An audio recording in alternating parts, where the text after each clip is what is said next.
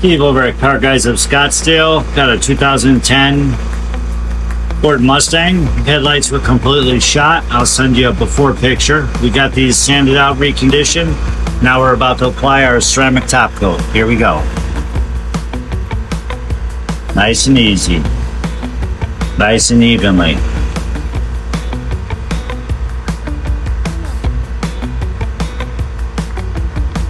Nice and gentle. This needs to dry for 2 hours. It cannot get wet.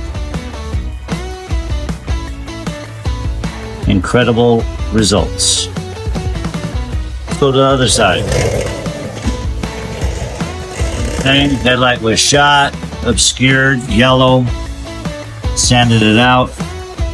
Putting our special chemical on here. Ceramic coating and sealing the headlight assembly. These headlights have about 125,000 miles on them.